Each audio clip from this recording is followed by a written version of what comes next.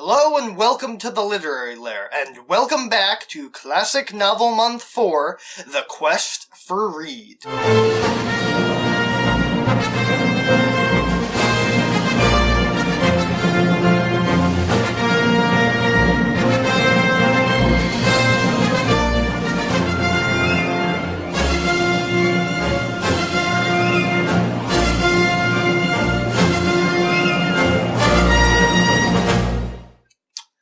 So, the last two books we did were ones that I was assigned to read for school, but today is a little different. Everyone I know has read To Kill a Mockingbird for school, except me. For some reason, my teachers felt it was more important for me to read stuff like The Scarlet Letter and Anne of Green Gables instead of To Kill a Mockingbird, so I never read it. And I never had the drive to read it on my own. I just figured that eventually I'd have to read it, so I decided to wait for that. And now I'm 2 years into college and no longer take English classes, so I had to take matters into my own hands. And before anyone asks, no, I haven't read the sequel, Go Set a Watchman, since I only just now read the first book and I haven't had the time yet. I'll get on that eventually. Anyway, To Kill a Mockingbird is a very interesting book. Harper Lee wrote the book in a year after being given a year's wages as a gift from a friend, with the instructions to take a year off and write whatever she wanted to. And she wrote this book. It's always cool to hear stories like that about authors. So let's see what the big deal is about this book and see if I should have read it years ago.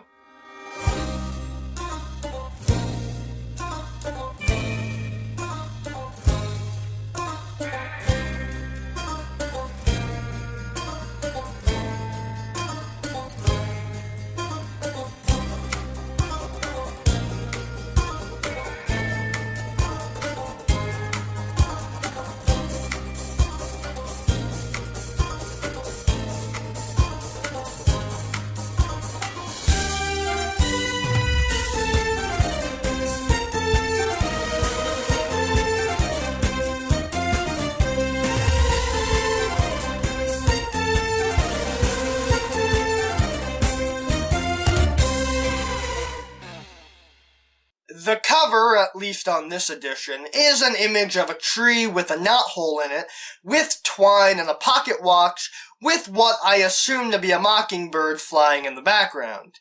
The title and author is above it, with the tagline claiming that it's the timeless classic of growing up and the human dignity that unites us all. But that's not true, because it's the one ring that unites us all, and in the darkness binds us. What was I saying? Oh, yeah, the cover is decent, though it's giving us a lot of spoilers with the knothole and what's inside of it. Anyway, let's get to the story.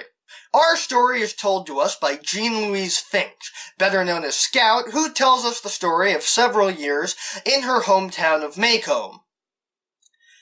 No, that's Mayberry from the Andy Griffith Show. I said Maycomb. Okay, now you're just screwing with me.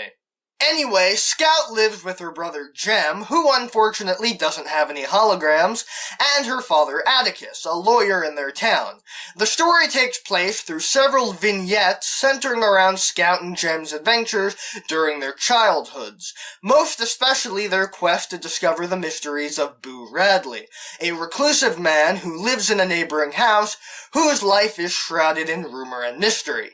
Now, the book has a lot of plot threads, and while it's not all that long, a lot of the threads don't really add to the story and kind of bog down the main driving plots. So, in the interest of brevity, I'm only going to cover the stuff that you need to know, cause, hey, might as well leave a few surprises for you if you decide to read it, and you won't have to sit through a 40-minute episode. So Scout and Jem are starting their summer as usual when they meet a new friend, Dill Harris, who is from Meridian, Mississippi, and is staying in Maycomb with his aunt for the summer. They fill him in on the goings-ons of Maycomb, including the Radley house, which is mysterious, as the entire family keeps to themselves, and one member of the family in particular, that is known as Boo Radley, is the most reclusive of the bunch, said to only leave the house at night. Dill bets Jem that he's too chicken to run up and touch the door. A bet Jem takes and runs up to touch the door, but he's still too scared to stick around, since Boo might get him. Summer ends and Dill goes home, and Jem and Scout start school, with this being Scout's first year.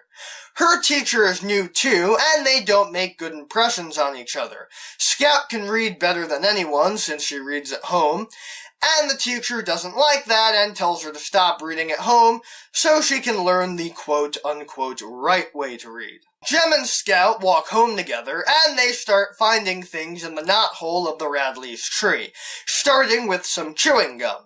Soon they find a box in there with shiny Indian head pennies. Scout doesn't want to take them since they might belong to someone, but Jem enacts the playground rule of finders keepers and pockets them. Summer arrives again and Dill comes back, and instead of touching the Radley house, they decide to LARP the Radleys, playing the parts of Nathan, his brother Boo, and Mrs. Radley. But that stops once Atticus gets wind of it. Dill and Jem then decide to take a peek into an open shutter to see if they can get a glimpse of Boo Radley, and do it in the dead of night. Unfortunately, as it's at night, Nathan Radley thinks that someone is trying to rob him and shoots out a warning shot, scaring the living daylights out of the kids who run back to their respective homes. But Jem gets caught on a fence and loses his pants. He goes back for them later, but they've been removed from the fence they were tangled on and folded over the gate. Ooh, spooky. Boo Radley, he'll kill you and fold your clothes. They get more gifts from the knothole, like a pocket watch and soap figurines that look suspiciously like Scout and Jem, and so they decide to write a thank you note to whoever was leaving the gifts, and leave it in the hole. However, the next day, Nathan Radley is covering the hole with cement, and when the kids ask why, he explains that that's what you do when a tree dies, which would be an okay explanation, except the tree doesn't look like it's dying. He's probably cementing it up to stop Jack Skellington from coming in and co-opting Maycomb's traditions. Their neighbor, Miss Maudie, who shares wisdom and cake with the Finks kids, has a house fire during the winter, and during the blaze, the entire neighborhood helps get Maudie's stuff out safely, including Nathan Radley. The kids watch outside and in their enrapturement don't notice someone place a blanket over them to keep them warm. The kids start getting harassed as Atticus is doing something not entirely liked by the people of Maycomb, defending Tom Robinson, a black man in a trial against a white woman who claims that he raped her.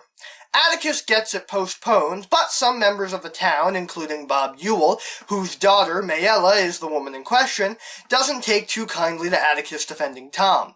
The kids start to complain to Miss Maudie that their father is too old, since he won't play in a church football game, but Maudie tells them that he might be too old, but he can still surprise them. And he does. A rabid dog roams the neighborhood, and even Heck Tate, the sheriff, can't shoot the dog without taking the chance of sending a bullet into the Radley house, so he goes to the best shot in Maycomb, Atticus Finch, who takes the dog out with a single shot.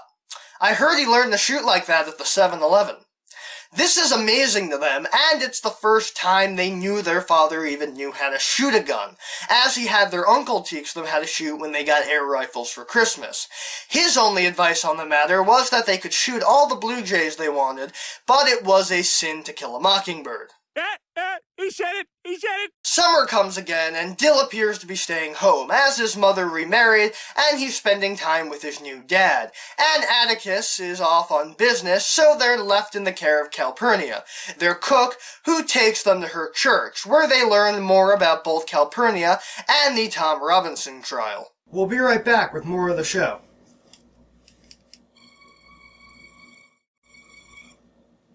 And we're back. A few weeks later, Scout calls for Jem to get rid of a snake under her bed, but it's not a snake, it's Dill, who ran away from home because his new father doesn't pay attention to him. They tell his aunt, who is worried sick, and Dill is back in Maycomb for the summer and the impending trial. A mob comes up to Atticus's door at night and warns him that something might happen to Tom, so Atticus goes to sit watch in front of the jail, and Jem, Scout, and Dill follow to see what happens. The group confronts Atticus and tells him to step aside, but he stands his ground. The kids show up in their presence, along with Scout asking one of the men about his son, who goes to school with her, disperses the mob.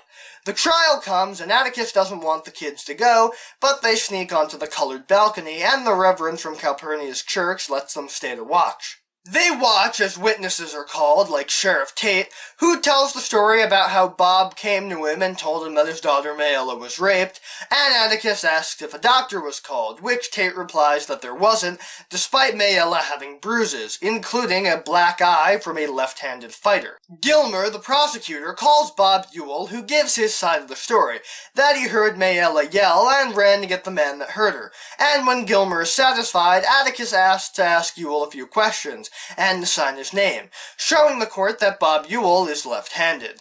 Then Mayella is called and she gives her story, that she had asked Tom onto the property to help with getting rid of a piece of furniture, and when she turned around to get money to pay him, he took advantage of her, something she ensures to say many times. Finally, Tom Robinson is called. He gives his story that Mayella asks him to occasionally help her chop wood and do odd jobs, but he never accepted payment since he did it out of the goodness of his heart. That day, he was called inside and he climbed up onto a chair, but she grabbed him and started kissing him, and Bob Ewell showed up and Tom ran away, since as a black man, being in that position wasn't the best place to be.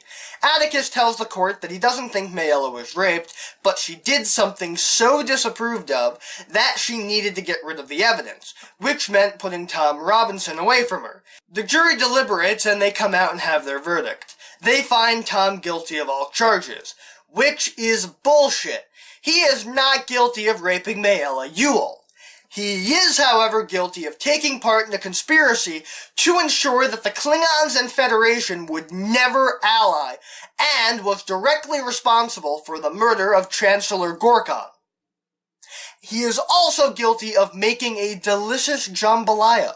Personally, I think they should have a retrial. The prosecutor looks a little shifty to me, like the type of guy to abandon his crew on a planet, only to leave them to their deaths and then commandeer another starship to take on a planet-killing weapon.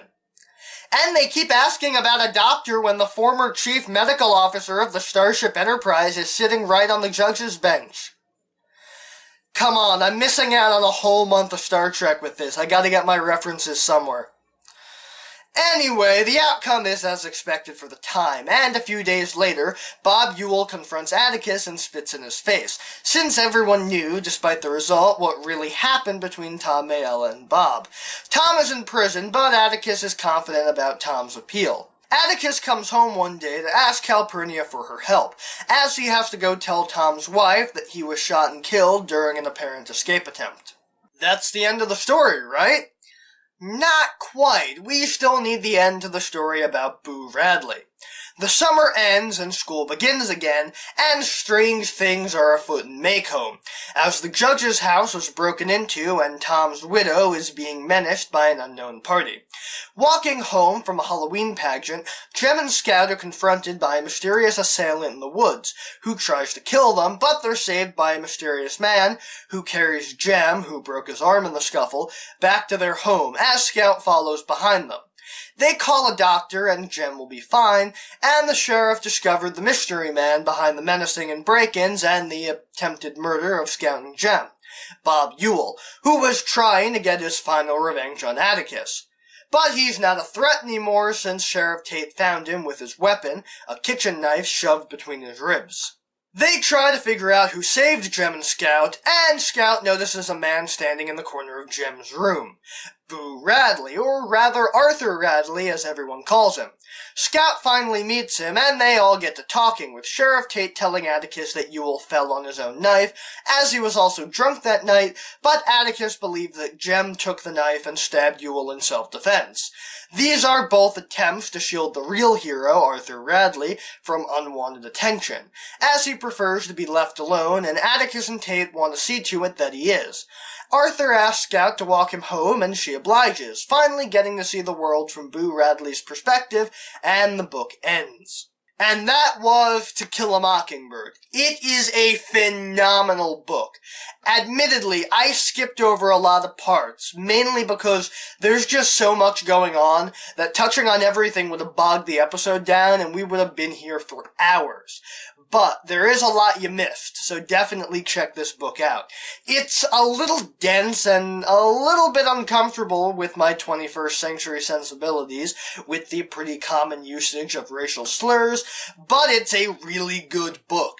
And the film adaptation is really good too. It cuts a lot out, but basically only what I cut out for this review, and the movie is really the superior way to experience it. It creates a much tighter woven and altogether better narrative, and you don't even miss any of the omitted content. Plus, Gregory Peck is a wonderful and commanding actor as Atticus. I wish I had read the book sooner because it was a great read. Even with the more meandering parts, I was always on the edge of my seat, wondering what would happen next. What else can I say about this other than go read the book right now if you haven't? I just was blown away by this book. I had always figured that it was a run-of-the-mill book that people called classic because it was old, but I get it now. It is one of the greatest books I have ever read. Not a top 10 favorite, but definitely in my top 50 books you should read before you die. Anyway, that's all the time we have for today. If you'd like to see more of the Literary Lair, you can hit that subscribe button, and if you have any comments or complaints about the video, you can put those in the comments section below. And if you enjoyed this video, show it to your friends and share it around the internet. And maybe consider supporting the show on Patreon. See you next time for the ending of our 4th year of Classic Novel Month.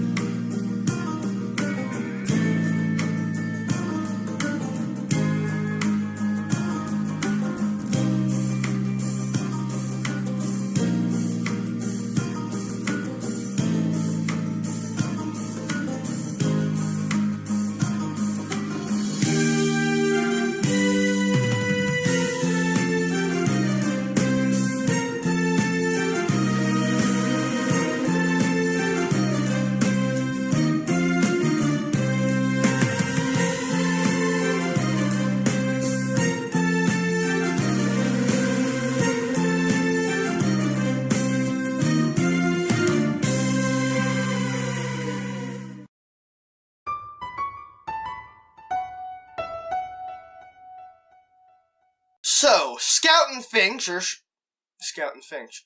Gilmer, the prosecutor, calls Bob Ewell, who gives his side of the story. That he heard Mayella yell.